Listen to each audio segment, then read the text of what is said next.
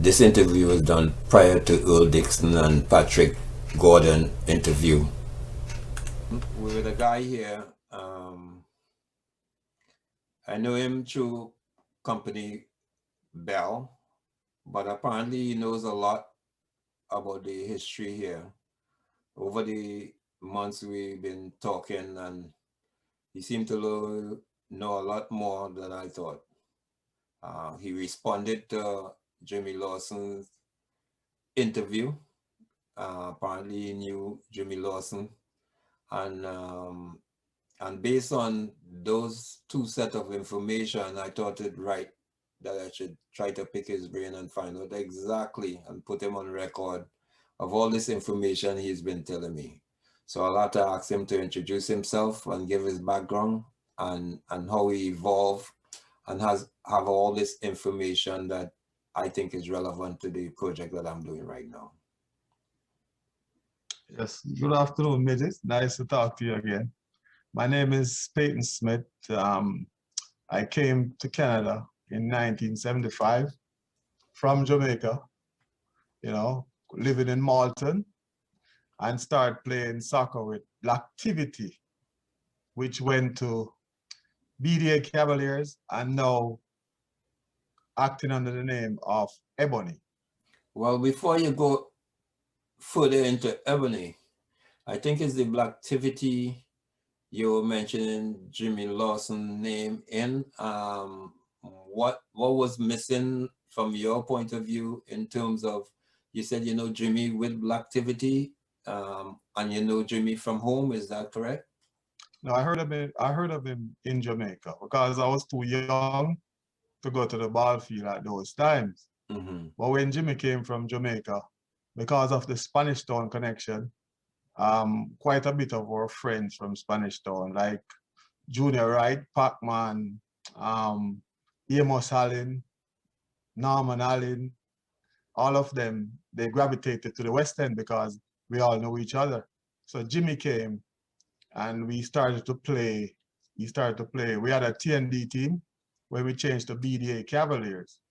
And I think he used to play in the hotel league, but I think his first competitive team was with Blacktivity, which is BDA Cavaliers. But what I saw, he failed to mention that. So I said, hey, Jimmy, how could you forget us? You know what I mean? Yeah. So I know he was a Magic man. He stayed a couple of years with us. But, you cannot forget the original Spanish Tonian thing, Mm-hmm. So I know he's a diehard Magic, but we don't want to be forgotten. That's all.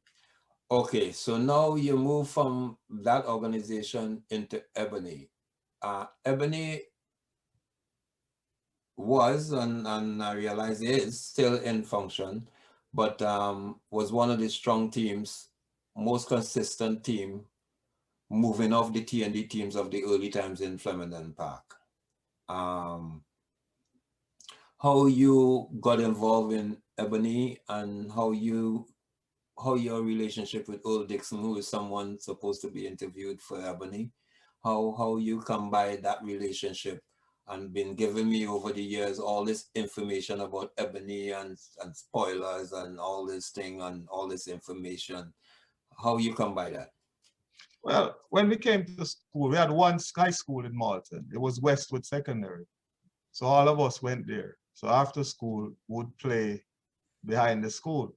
And it kept on evolving. Then Earl Dixon, Shankai, Patrick Gordon, Michael, everybody just came to that spot. So then we just evolved into a soccer team and we just played. For about 1977 we started. A bunch of kids some from England, Trinidad, all over. We had a team, we think we were the greatest. And our first game we played was we went to Mississauga to play against Mississauga Jugglers with Woody, Lenky brother and those guys. And I don't remember the score. I think it was a draw. I don't remember.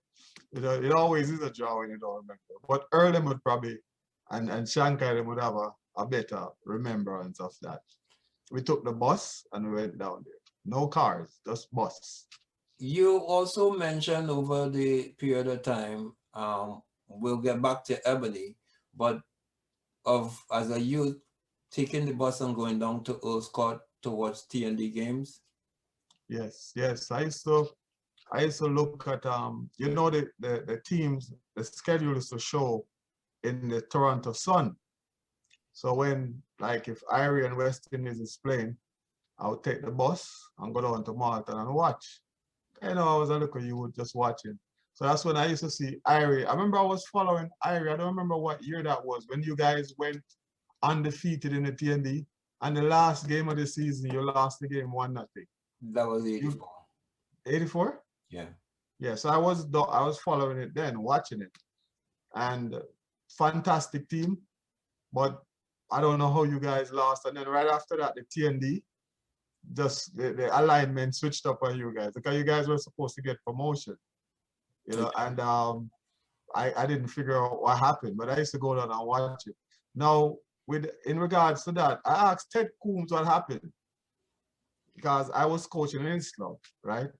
And those guys and Flynn Bahari, I know them, so I used to say, I used to see them every Friday night. I used to go to watch the seniors play, and I said, "What happened to Harry?" He never really gave me a straight answer. He just, I think, because the alignment of the league, and he said, "You guys pulled out." I never pushed too much, but I just asked him. That team was 19-1.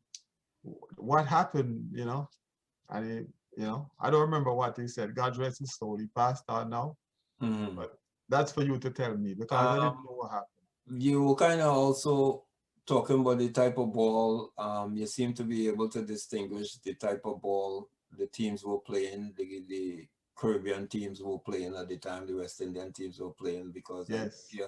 And ladies and gentlemen, over the years, he said he met me at Bell in the West End, and since then we've been kind of talking off and on, and he keep giving me this information, and I felt after he contacted me after Jimmy Lawson thing that I should give him a chance to give me all this information he has, because he has some information that we don't know, and this is what the exercise is about in this history. Anybody who have things pertaining to the soccer and about the leagues and stuff, I don't mind hearing from you, and I'll determine if it's something that we need to put out there or not. So you even mentioned style of play on that over the period of time to me. Yes, yes. And Very, again, this was a young guy. I think he said he came here at 14 or 15. So it was always interesting for me to find out what a young guy was thinking about our teams playing and what impression it had on him. So we'll give him the opportunity now to tell us what impression he had, because he ended up being a coach and he's still a coach, and see what if it helped him or make him think he's not going to go that way. yes, well, when I saw Irie and West Indies play, everything was technical because a lot of these guys used to play from back home. So what I noticed about Irie, it was one touch, two touch soccer. Very possessional, boom, knock it, move, Very, very clinical. So you'd play a game and you beat the man 3-0, and you say, how did they score 3 goals? But they knock it around, bam, it's in the net. Very good in the air, heading. While West Indies now was more dribbling, controlling, very quick too, but a more incisive, very deadly. So when you had those teams, they were awesome. I could never dream of playing like those guys. Because I said they used to play back home. So when they came from high school. Some of them even play for Jamaica, right? Or probably Trinidad. But I used to just see them. I said, whoa, when the ball touched them, it just dies. No ball not bouncing around. You understand? It's just bam, bam, bam in the net, right? So that's what I noticed about them. And And I why you think, took up coaching, and the coaching now, is that based on your insight on how the ball was being played? Is that what insight you for coaching? Because as far as I understand, you was never seriously into the game as a player, right? You played and hung out, but you was never into it as a player. So normally that's good for a person observation and implementing things that they see. I played, but I played, I could hold my own, but I wouldn't say, if you look at Jimmy Lawson then, I was probably about quarter then, if I may be so presumptuous, quarter. And Gary Bryant and those guys. And I played, but I wasn't as, versed as those guys, but I could hold my own. The thing when I got into soccer, because of my like even Lazaro, beautiful guy, that's my good friend. You look at, when I got into soccer, I remember I went for my citizenship, and the judge said to me, when he was giving me the citizenship, he said, Payton, Canada was built on volunteerism, right? So please do me a favor, try to give back something. And I said, yes, sir, I would. So I'm walking around, you play on soccer teams, and you see the politics that goes on. And I was probably the brunt of the politics at times. So I used to say, man, if I was young and I was coaching a team, I wouldn't treat people the way that they treated me. So I just withdraw. So then one day I was like walking, what can I do? What can I do? What can I do to give back? And I was walking by the Hearts Soccer Club, and I went up there and I said, I'd like to do some coaching with soccer. And they said, what age group? I said, under 16. So then Flynn Bahari, they gave me a team. It was not a very good team. Everybody had two left foot. And we worked together. We developed after a while. And that's where I met, you remember Beast, Errol Grant, rest his soul. Errol Grant from Scarborough, the Rasta guy. Yes. Yeah, he passed on. Yeah, he has a son that plays too. Yes, Yeah. yes. I met him. He was the first person that I played a competitive game against with Scarborough Blues. And they beat us like 4-0. And he came over and he said, man, you're doing a good job. Last time we beat you 10-0. So he was the first. So that's my first foray. Then I went on and I met East York, Ramkoshu, Tony DeRozero. Those guys I met, and they always had an encouraging word. Cause they used to beat us up like 9-0. When they beat me 3-0, them said, "Why you doing a good job?" And they propped me up. That's when I met Dwayne DeRozero. At the time, he was under 16, and Ramko Shu, he was from East York. Actually, that's where Lenky and Woody Bailey brother and Laza started to coach. I think that's when Laza started to coach with those guys, in the youth soccer. At the time, youth soccer was the thing. So then I kept on staying with the Hearts, and then I moved up to under 16, under 17, went up to I coached under 19 for 2 years, OSL. But the team was predominantly Italian. Some people, up to this day, people can't figure out coming out of Jamaica coaching an Italian team. But we were pretty good, very, very good. And then we moved on, passed through that set, didn't go to the seniors, went back to Jamaica for a little bit in 99, and I coached there in the A-League. The other team in Spanish Town, and I coached there for a while in the A-League. That was the second division after the Premiership. And then I came back up here and started to coach the Hearts again, and, cycle through another under 16. I think that's when we used to have, we played against Malvern with Jonathan, the Guzman, the little one that went away. Jonathan, indoors and stuff. And we had a pretty good team, the Hearts. So you passed through either again, so had any touch with Dwayne? Is there any lasting relationship? Dwayne is my brethren. I haven't seen him in a while, but his dad and me, when he used to come down from San Jose, he never left me out. He always checked him when he comes in. I haven't seen him in a while, but I remember when he was even going away to Germany.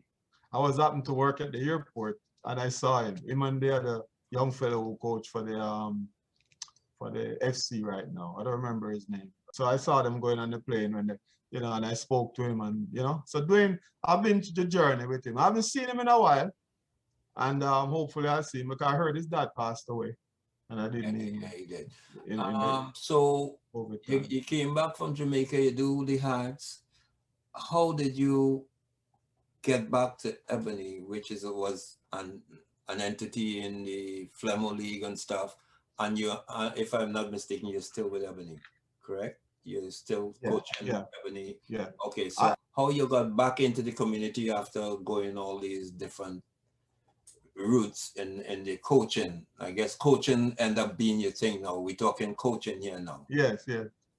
Well, Earl Dixon and another player of mine named Ralph Redman, he came to my house. I was at the house and he came and said, Pete, because I had these youth soccer, I had a lot of the youths them that I knew, and they were very good. Very, very, some of them, I think one of them even played for Grenada, Linda Antoine, still around me, very good. So we brought in these players that I knew. Then Earl knew some players from and his son is an excellent player, Sean Dixon. So we brought in these players and we formed the first Ebony.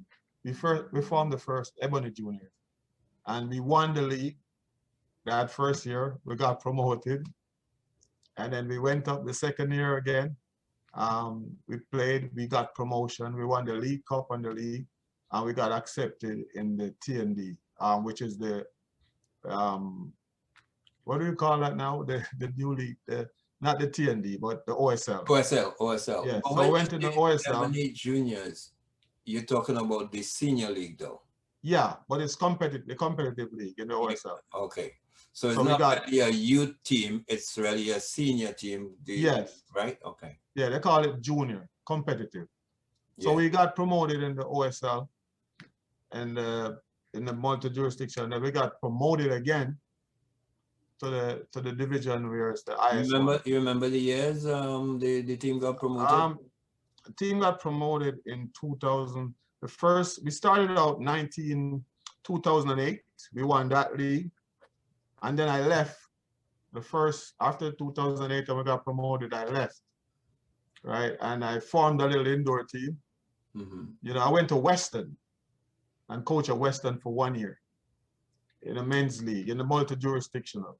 Okay. And then after that team got disbanded and I formed a team for the indoor, and Earl saw me and asked me if we could do it again. So we did it again and we won.